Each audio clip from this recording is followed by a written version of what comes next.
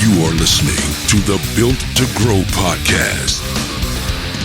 All right, welcome back to the Built to Grow podcast. I'm your host, Tim Lyons, in studio with the Demagogue of Delegation, Randy Ingston. What's happening, guy? Oh, hey, dude. Hey. That's an important title. I like that one. Demagogue. So for those of you who don't know what a demagogue is, it's like the son of a god. It's Yeah.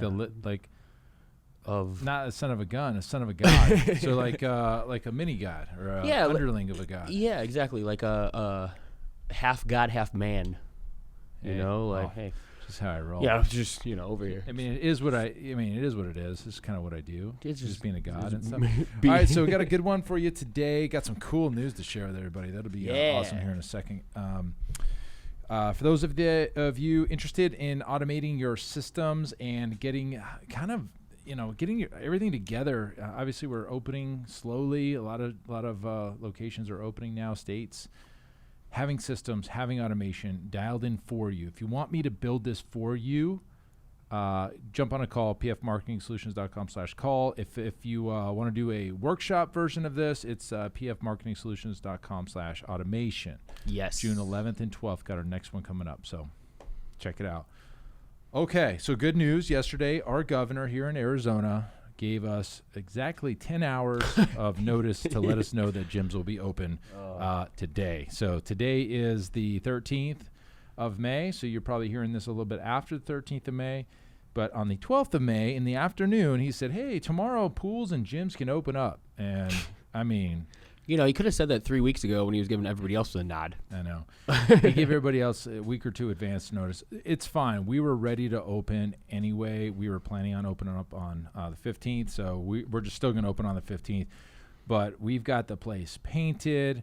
We've sanitized every piece of equipment. Everything that anybody can touch has been sanitized, clean. We're going to do a fogging spray tomorrow night.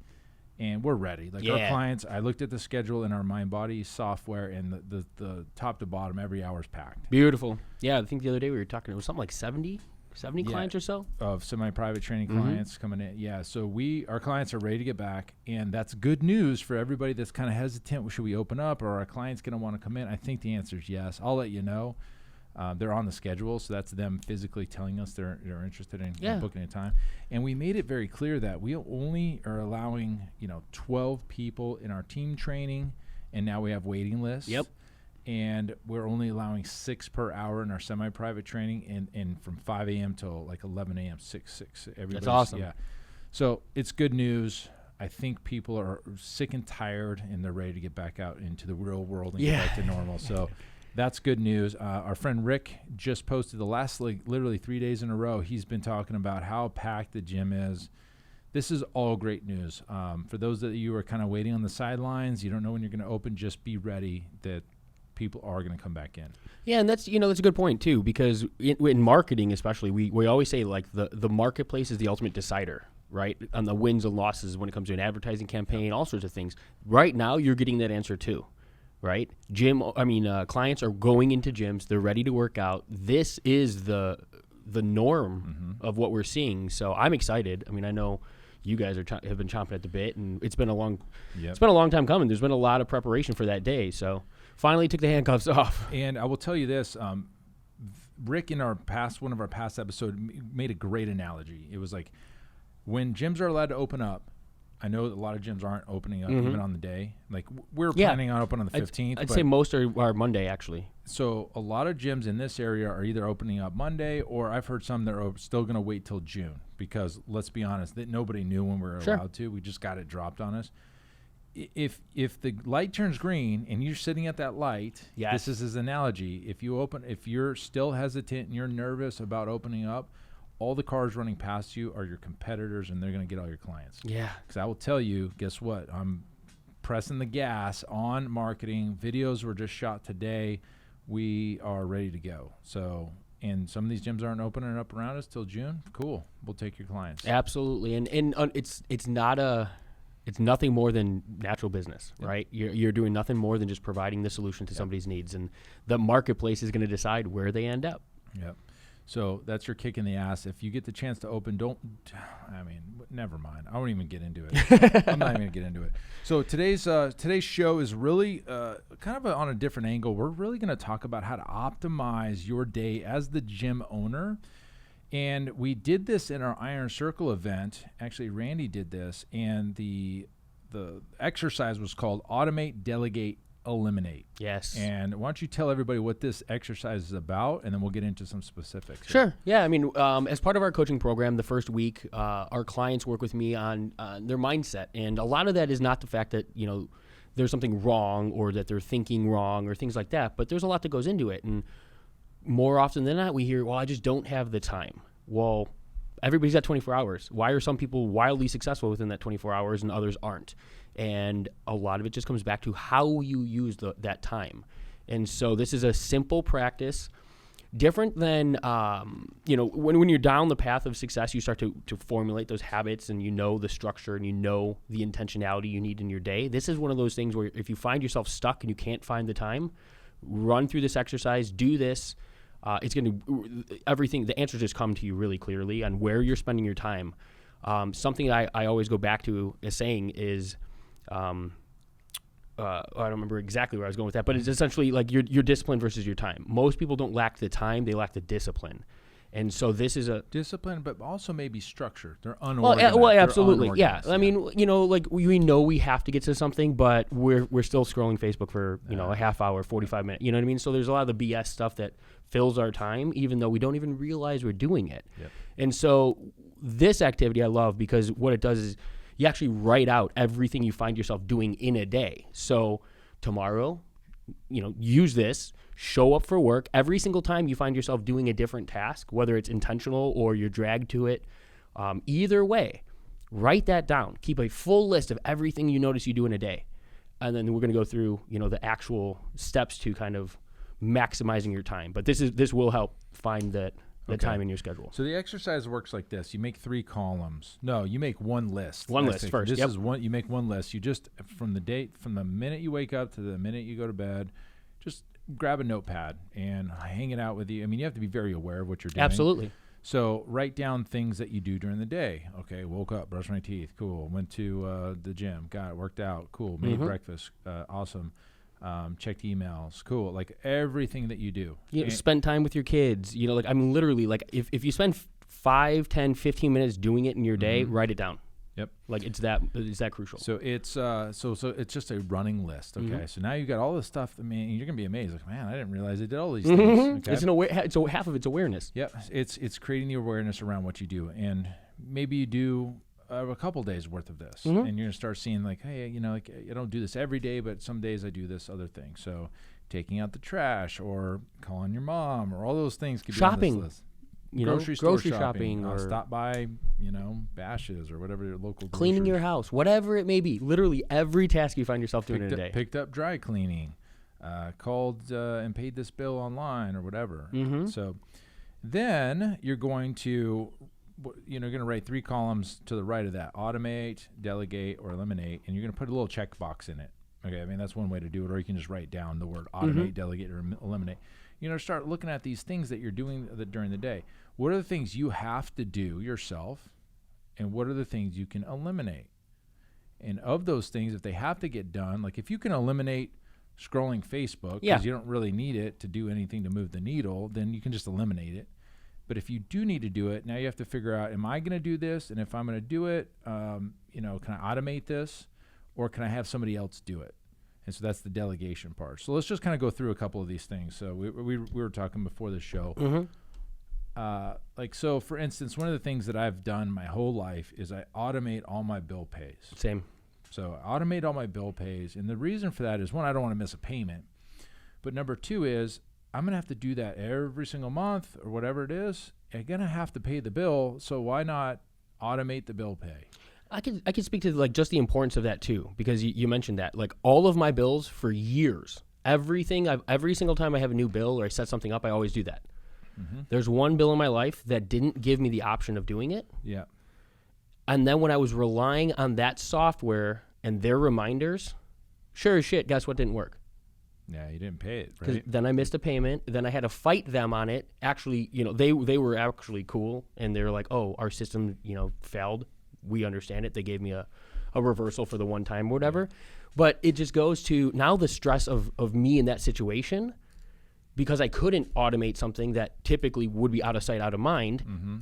Everything was handled and taken care of. Now I'm twice as upset. It's taken 3 times the amount of time and energy versus just the ability to just set something up, let the system do what it does, and not have to worry about it. So we do that. That's from the day one. It's ever since Bill Pay came out, like on Bank of America, when I was using Bank of America, I would use it. So I also pay my landlord weekly. So we just do a weekly payment. I've talked about that in the past, more of a cash flow thing from when I was just opening, and I just stuck with it. It's cool. Phone calls. Do you have to make phone calls to follow up with leads? Is that something that you can't eliminate that. Shouldn't eliminate it. You shouldn't. So maybe that's something you delegate. So are you the one that's always calling every lead that comes in? Well, maybe that's a front desk job from now on. So that's something you can delegate. Emailing people, emailing let's just put this in here's a great example. So right now, gyms are opening. If your gym's opening, you've got to get the message out. Absolutely. So email is going to be part of that. Is it you personally, the gym owner, that writes the email and sends it? I know I don't, but I bet you do. And you don't have to do that. Yeah. And that's just that's like getting out of your own way. That one would be a really good one to just say, like, wait a minute, do I really need to write it? Maybe you want to proof it. Yeah. Or it might come with your signature at the end of the day, right? You've got your eye on it, but you didn't have to spend the time to write it all. Yeah. Is that something that you as the gym owner need to do? So it's all of a sudden you start thinking about it that way, like, wait a minute, I don't need to write that email. As long as the message gets to the person that needs to get it to, like, do I need to be the one typing the message? Probably not.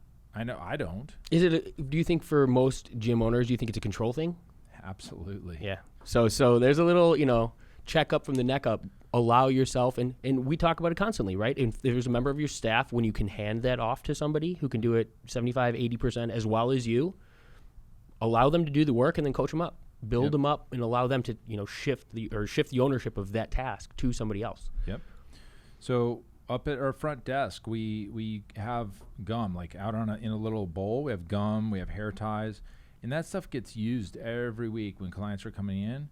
Well, guess what's automated? The gum delivery, the hair tie delivery. It's just part of Amazon subscriptions. Yep. That's automated. Like, think about everything you can automate, eliminate, or delegate, and all of a sudden your world, you get a lot more time back, and now you can do it to move the needle forward, right? That's the big thing. And so for our Iron Circle, when I did this workshop, our Iron Circle is, this is the elite group that we work with, right? They're high performers. They've got very successful gyms, but they're looking to move the needle even greater. And this, even in that group, this was a big aha moment for a lot of people, because we find areas in our day-to-day where we either waste time because you don't even realize you're doing it, right? So it now becomes aware, and now you can eliminate it. Or you realize, like, my time, because I only have so much of it, is better spent in other areas. And what we mean by other areas is other income producing areas, other areas of your business that you can be intentionally moving the needle, other things that you, as the capstone of your organization, who, there's nobody else in your business whose time is as valuable as yours. It needs to be spent on the most profitable areas of the business, period. Great point. And so a lot of this comes down to the fact that maybe you can't, just because you can do something doesn't mean you should do something.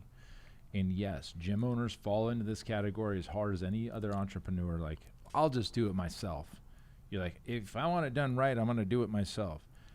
Yeah, that sometime might be true, but does it mean you should? So if it's going to take a little bit more time, one time to train somebody to do it, and it's going to pay dividends over and over because this is a repetitive thing every single time, or you can morph that person into doing like an admin type job, then do it. Like, why wouldn't you? And sometimes it's the other way, right? It's the control, but it's actually holding you back. Ads come to mind, right? Facebook ads. Gym owners want the control. They want to know everything. They want to know the analytics. They want to get, hey, I know that for every dollar I'm putting in, I'm getting this back out. But they don't necessarily know how to change that process or how to make that pay them back better. Right. This is something like, can you do it as good as somebody else? Exactly. And outsource it? And I'll give you a great example. We do all our own ads, or most of the time. We've recently started outsourcing some of this stuff for a couple reasons. One, yeah, there's probably better people out there than us. I hired somebody to write a webinar for us. And I've done enough webinars that I know what it takes to put it into a webinar, and we've done successfully on webinars. We've also bombed on webinars. I found an expert this is all they do. I'm going to outsource that. Yeah, absolutely. It costs a lot of money, but I looked at it as, if I invest this here, will I get an ROI? And everything's about ROI, and also ROI on your time, because I have a mental block about doing webinars. Do you know how? I could vouch for this. You know how hard it just drains me. I'm consumed by a presentation, or if I've got to speak on stage, like, it's all I think about, and I want to make sure that the PowerPoints are perfect and all this stuff. But I know how long that was going to take me, and all I had right now was time, and I was like, still outsourced it, because I think I wanted somebody. I wanted to get a different angle, really, but I wanted somebody to do better than me. I paid him my arm and leg, but it's going to be worth it. We're about to launch it. It's going to be great. So it's do what you do best, outsource the rest. You hear about that all the time, but it goes for high-priced things and low-priced things. Just because I paid, well over 5 figures for, doesn't mean that I wouldn't do it again. Absolutely. Versus like, cleaning the gym, that's a low, hourly wage. Like, you shouldn't be cleaning your own gym. Gym owners, that is a true thing. You shouldn't be cleaning your own gyms. Sure, you can spot clean and stuff. Yeah, it's but not you that should absolutely have a cleaning company, especially right now. I mean, come on, guys. What do you think your clients are going to think if it's your trainers are the ones cleaning your gym? They're not going to trust that. No, maybe wiping it down between sessions. Yeah, right. No, but I'm talking about the deep deep clean that needs to overnight. happen. Exactly. There's no gym across the nation that should not have a professional cleaning solution come through and do it. I completely especially agree. right now. Right now, with it, exactly. Yeah, and we just upped ours. So we were doing it like 2 to 3 times a week. Now we're doing 4 to 5 times a week, and we have to, and that's additional expense. Yeah. So, and we'll talk about that. Yeah, I was just gonna say that's. I'm going to talk about that's a good something conversation. Something brutal that just happened to us on the very next show. So. Page. So let's get down to the nuts and bolts of this. So really, it's you write down everything you do in a day, and think about it. Step outside of your own mind and like, what am I doing right now? So right now, I'm doing this podcast. I have to do the podcast because it's my brain and your brain. I have to physically be here. I can't outsource this, and I can't delegate this, and I can't automate this. But let's think about cleaning the front desk. We were just setting up the front desk, right?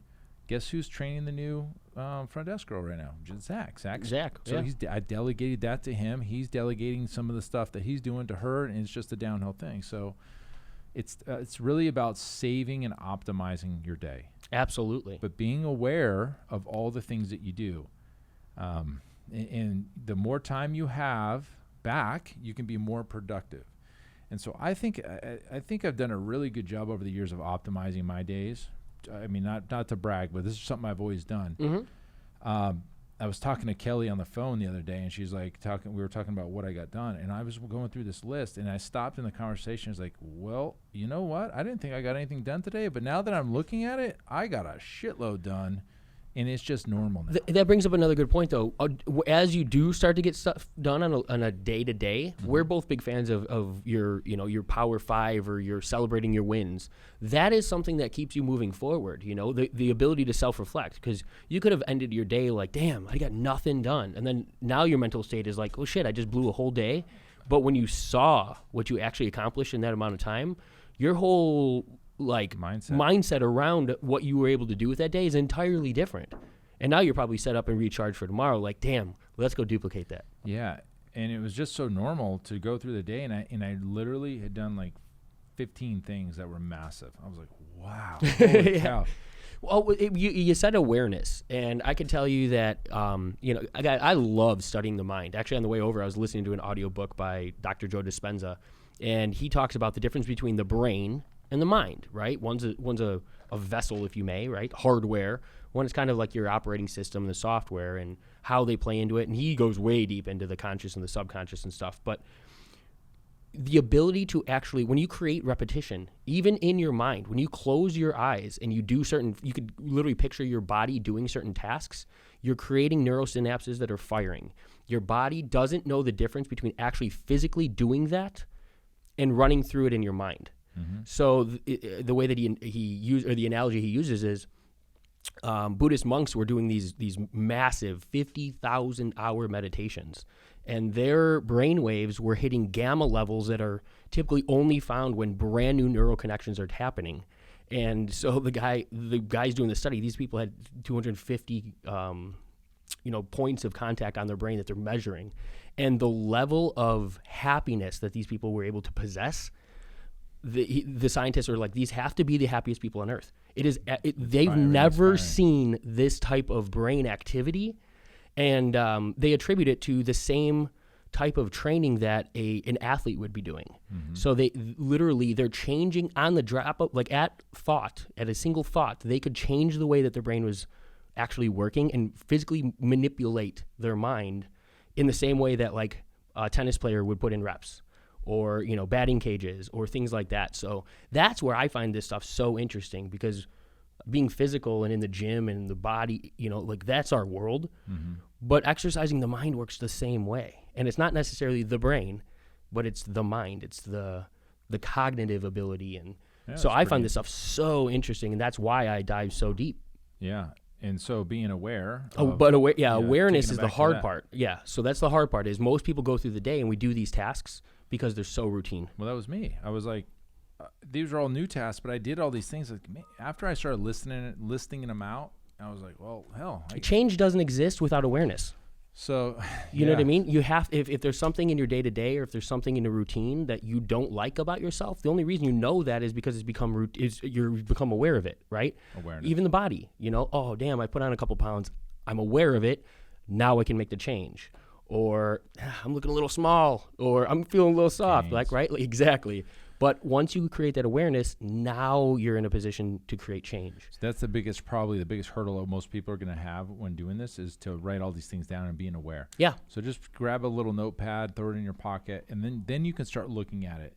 And it's kind of going to be a little weird to do it during this kind of time where your gyms are shut down and everything. This may be better if you're starting to maybe get up and running. But you can do it now and then. So absolutely. There's things that you can automate, delegate, and eliminate in anything throughout the entire day. And it's not even just the work world. Like we joke. Personal life. Yeah, personal life. I mean, I joked actually in the inner circle, my underwear and my socks come on auto ship. I never, Amazon, same way as, Tim's gum in his gym. Yep. I never have to worry about that thought, because it just happens. So you think about stuff like, well, I'm going to need these every couple months, so let me just put this on auto ship. Thought about it once, like the same way we do automation in our business, right? Like create the system one time, let it do what it does, and then the rest is a result. Yep. So here's a great example. I had our CLA support call today, which is our client lifecycle automation support call, and one of the clients that we're working with, she's talking about how like her normal process is to get people into a free class, and then from a free class, she has trouble getting them to move into the next step, which is book an appointment or sign up or whatever it was. And so I was asking her how she gets the people from the free class into the next step. And she's like, well, I do this manually, and I put them into the campaign and all this stuff. I was like, well, wait a minute here. If this is something that's a staple and you're going to do every single day, every month of the year, let's build the process around it. So we built it into her form, and now all she has to do is click a button and it automatically fires the way she wants it to. It took about 4 steps out of the process, but now she's like, well, thank you for doing that. But that's how my brain works. Yeah. But the first question I asked is this just a one-time thing, or are you going to do this every single month? And it's just, that's her foundation. It's a free class. Like her hook is the free class. Cool. We built it around. She clicks a button and everything fires after that. So it's automated. It was probably 20 minutes of setup. Yep. That's it. 20 minutes of setup to do one time. Every single time she has to do it moving forward, it's a click of a button. Yes. That's like maximizing your time, right? The same delivery too. That's what people have. That's what we want you guys to understand is it's not eliminating all of that. It's the same result. All of the work is still going to happen. It's just not happening manually by her having to do type out the email exactly every single time. So it's all automated. And this is what we do in our CLA on different levels, our custom stuff. So it's just, I mean, I think we're after like years and years of this are really, I guess, pulled towards like, what can I automate in my business to save time? Because Absolutely. it ends up being like peace of mind. One, that thing got done every single time. Peace of mind is probably the biggest thing. Yeah. But efficiency of your day is even better. So peace of mind and efficiency. Now you're flying high, and you can do whatever you want with your time.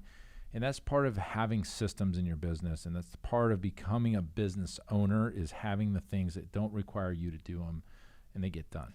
And I'd say it's something that we hear continually from, not necessarily in our industry, but, you know, the really successful, the people that we all follow, right? Like the Elon Musks of the world, and these guys who are out there kind of paving the way for, you know, new creative things all the time. They're always talking about maximizing their time, where their time is spent. I know Joe Rogan's talking about it in his podcast. You know, how do people accomplish more in their time and create greater results? It's by making sure that every single use of their time. They used to talk about Steve Jobs and his wardrobe.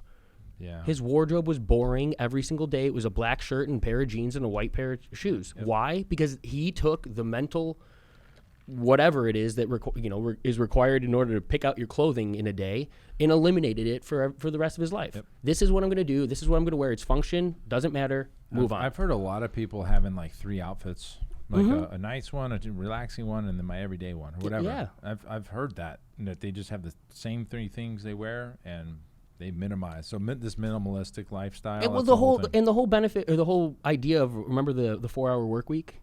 You know, it wasn't about working 4 hours a week.